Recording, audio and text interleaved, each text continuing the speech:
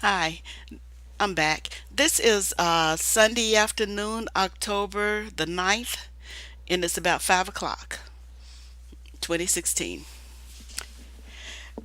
More about how not to get on each other's nerves. And this topic is going to be about understanding people. We're going to be talking about various kinds of people, such as the firecracker, the warrior, the wait and see folks, and the saboteurs. There are many, many, many kinds of people, but we're going to focus on these broad categories here. What I'm talking about is going to be the people that are the new folks that are coming into the conscious community, are learning about it. Another word for conscious community is are the awakening. Right now, in my mind, we're at a historical time in Black history, and we have the potential to have a really good story in our history if we do it right. And I can't wait to see what's going to happen next because I'm so proud of us for getting this far. We weren't supposed to get this far yet. We wasn't supposed to be getting awake. We were supposed to stay docile and dead. But we still fought our way up, and we weren't supposed to get this far. We weren't supposed to know what we know or even guess at it. So I'm grateful for all of that. Proud of us. But now it's time for us to be going to the next levels and proceeding. So among the things about how not to get on each other's nerves and really undermine each other is about understanding what kind of people we are and what kind of variations in our personalities and how they affect us and each other. So the first one I'm going to talk about is the firecracker. My subtopics for the firecracker is A, don't tell anybody, don't tell them any secrets, wait until implementation. These are our arms and legs, and these are the people that bring the noise. Now, a firecracker, when I describe it, is a person who can't shut up. Everything about them is some noise and some explosive energy. These are the kind of people who will sit down, go to the library, read half the damn book, and then can't wait to get out and tell somebody about it because they like to interact. They're very social. They are better at parties and lively and things where there's a lot of discussion and topics and talks. They don't mind friction, but it's not their top priority. They want the interaction, the sociality, the yelling, the shouting. These are the people that are out there with the picket signs.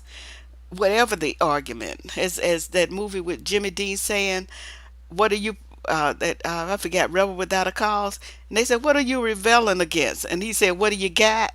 Okay, these people are the ones that do that.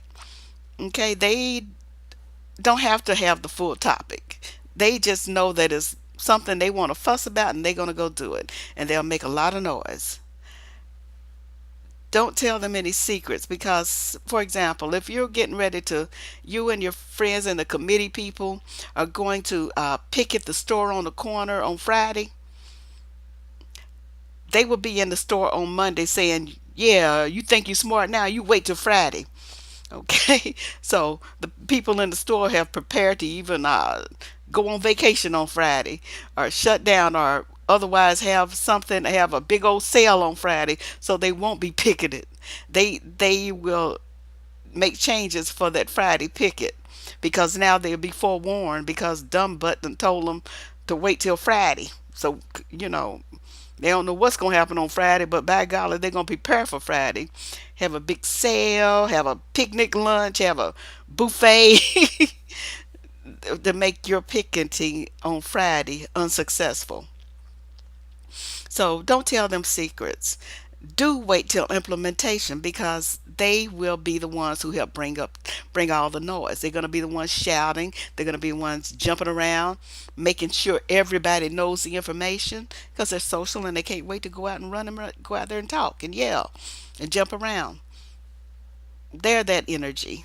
I call them our arms and legs and voice because they are the ones who have the energy and the fiery nature to go running around making noise. They'll carry your picket signs and jump around and shout and get on camera and all of that. So these are our firecrackers.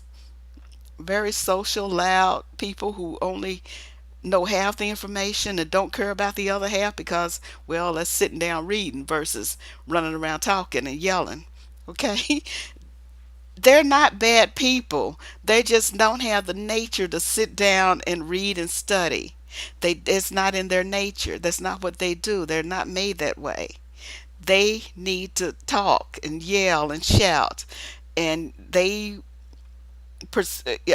them a topic, they'll go for it. So that's not their nature. Don't try to push that sitting down reading thing on them. Just know where they fit and use them accordingly. These people are the ones for implementation. Now, next one is the warrior. That's where most of the people who put out information fit. A good warrior are the types that change battle tactics according to the battlefield. Their modern times right now isn't a physical battlefield. So the warrior has changed weapons. The warrior speaks, they write, they teach. They might do it on communication network, they might do it in a book, they might do it in whatever medium they need to use as a weapon for the context. They use weapons that fit the context. There's a warrior that I see, and I would have called him a general. Not Seti, but another general. Nasheed is a general. I watched him on a video once, and I knew he was a warrior because of the way he walked across the stage. I could just as easily see him with a sword and shield as I could a microphone. I saw him, he was holding a microphone, but in my mind's eye, I could see that same male with a sword and shield, helmet, ready to do battle. Because in this context, the battle weapon was his microphone and his knowledge. But it could be any other weapon because he's a warrior through and through. Good warriors change their weapons to fit whatever context you need. Many, like the General Seti, I love his work. And his weapon is his voice. He speaks. This weapon that I'm using is my voice, and I'm speaking. Dr. Welsing was a warrior.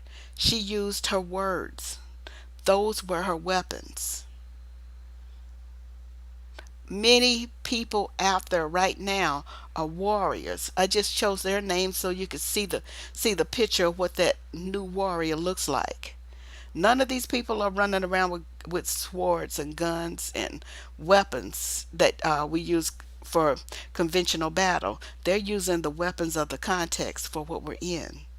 And right now, we're using the weapons of words and thought and study and research. Those are the warriors. These warriors could be male or female. Right now, because it's words, it's easier to picture them being male and females. But in Africa, females were also physical warriors. Now, I'm going to do more about the African females in a later recording, but right now, I'm going to talk about the African female just a little bit. It was two types. One was a physical warrior who got on the battlefield. Not only did she participate in battles, she led armies.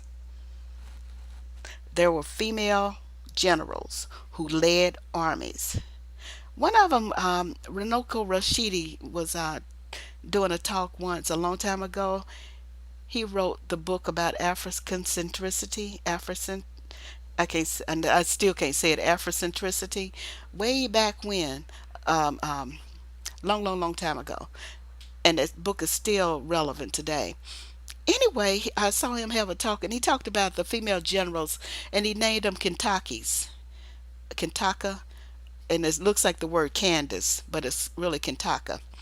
And he talked about how one of them fought Alexander to a stalemate as he conquered. He didn't conquer her region, But I later found out that there were a lot of them, not just a few, a lot of them. And they led armies.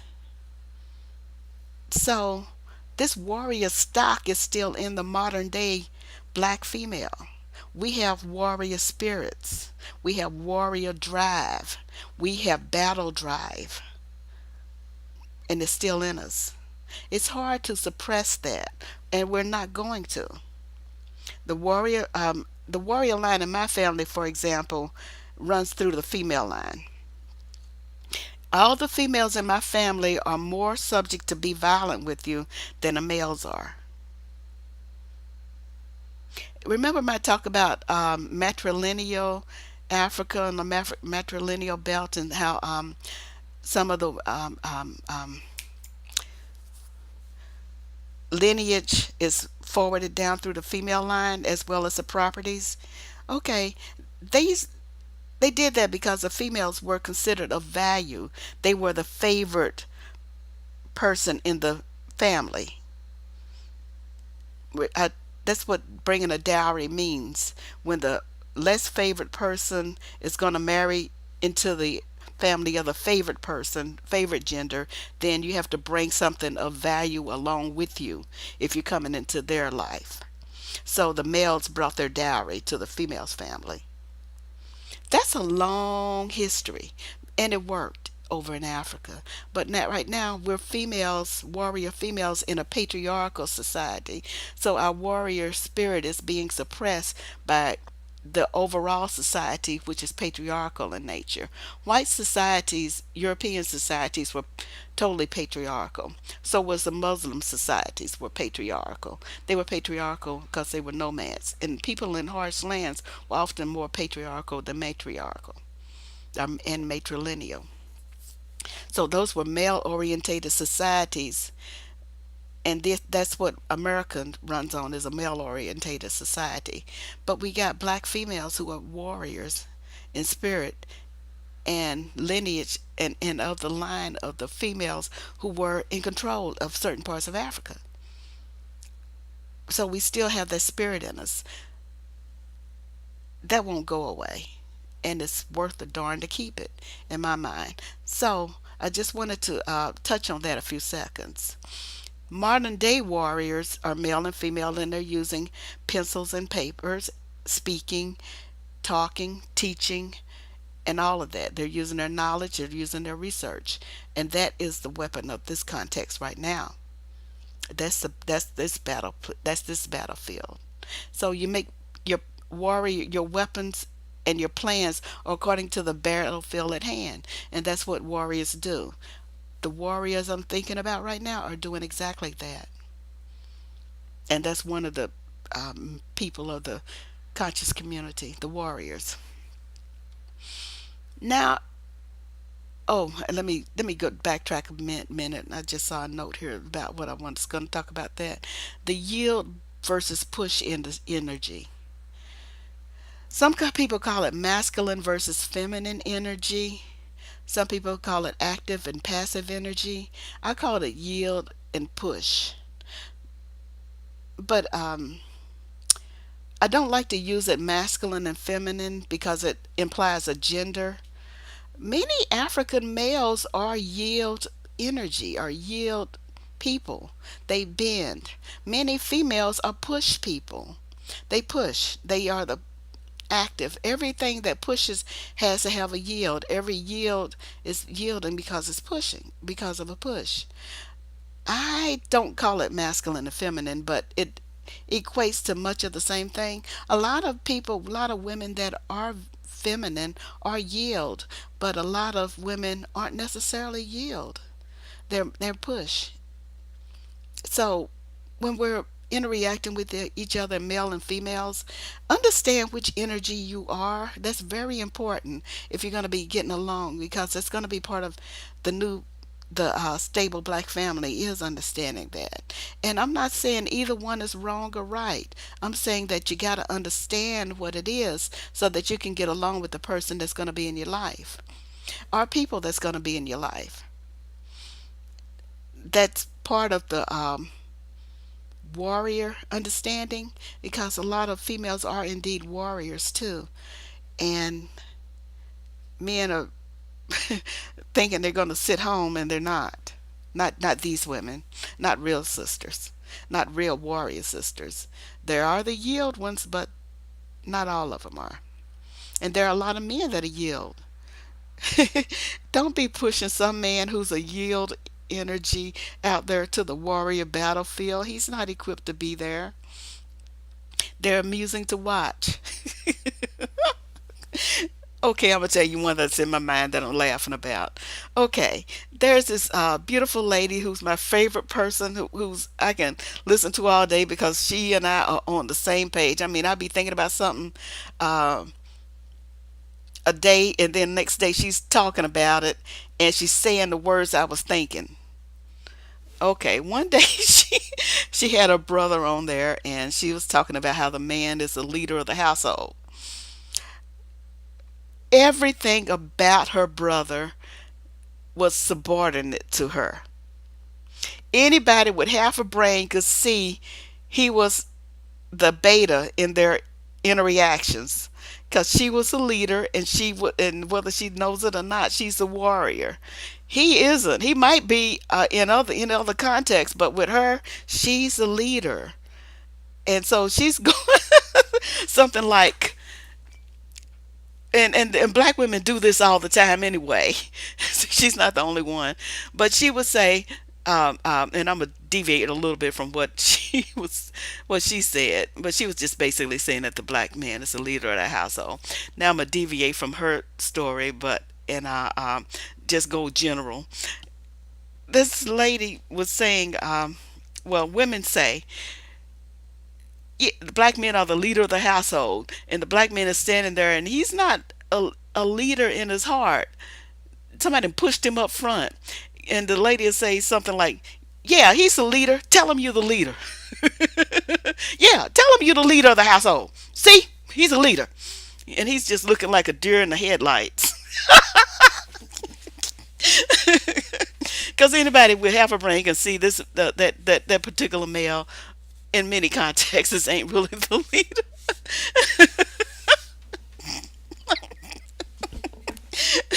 And I've seen it over and over again how, a lot of men get the leadership role foisted on them, and they don't want it. But the strong black female is standing there telling him he's a leader because she heard he's supposed to be, and she's pointing and pushing him in front. He's not the leader. She is. And that was how that situation was going down with that one. A few days later, she had another one that she talked about how if you ain't doing the leadership stuff, you ain't going to be taking over nobody's house. And so, but anyway, it still is one of the funniest things I ever seen. And I don't think, either one of them meant it to be like it, but me reading in between all the lines that ain't even there and ain't there, I got tickled because essentially, girlfriend said, yeah, he's the leader of the household, but everything about his body language and his interaction with her was like the beta dog. I mean, way down gamma puppy, omega, compared to her. So she's an alpha and he's the omega, and in their interactions, and it could tell with the body language despite the words, and it was funny to me. That's what I was going to talk about with push and yield energy. So just because it's a gender, don't mean that it means yield necessarily for girls and push necessarily for boys, or feminine and masculine and da da da. Just pay attention to that. Now we're going to talk about the wait and see folks. This is where most people are really. And I would got down here. They will get on board when they see which way the wind is blowing. I also wrote, excuse me. This is where most people are. They are getting the knowledge, but they do not feel safe or know what to do about it. They discuss among themselves and say, "Let us pray." So let's go back here and talk about these wait and see folks. These are the people who are going to church steadily. They're praying, hoping.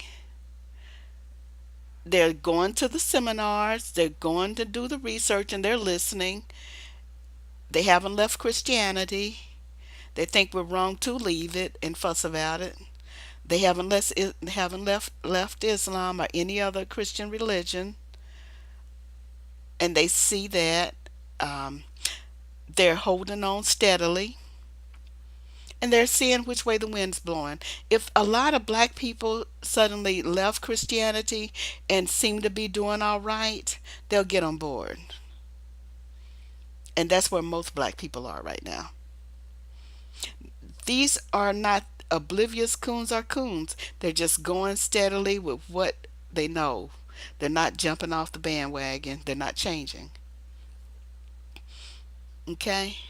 They do still say, let us pray. And when they say, let us pray, they're praying to that patriarchal Christian God. And if you want to know more about what I think about him, you can look at the religious stuff. But these are Christians, and that's what they're doing. Okay, those are the wait and see folks. That's where most black people are. Finally, we're going to talk about the saboteur. These are the people who feel threatened and want to break everything. The old guard. And they aren't going to change no matter what. Now, the saboteur feels threatened, and these are the old civil rights leaders with the old civil rights agenda. I think that, and I'm going to say something that sounds silly, but the civil rights movement had to happen. We had to do the civil rights movement. The reason why we had to do the civil rights movement was because we need to see with our own eyes that it didn't work.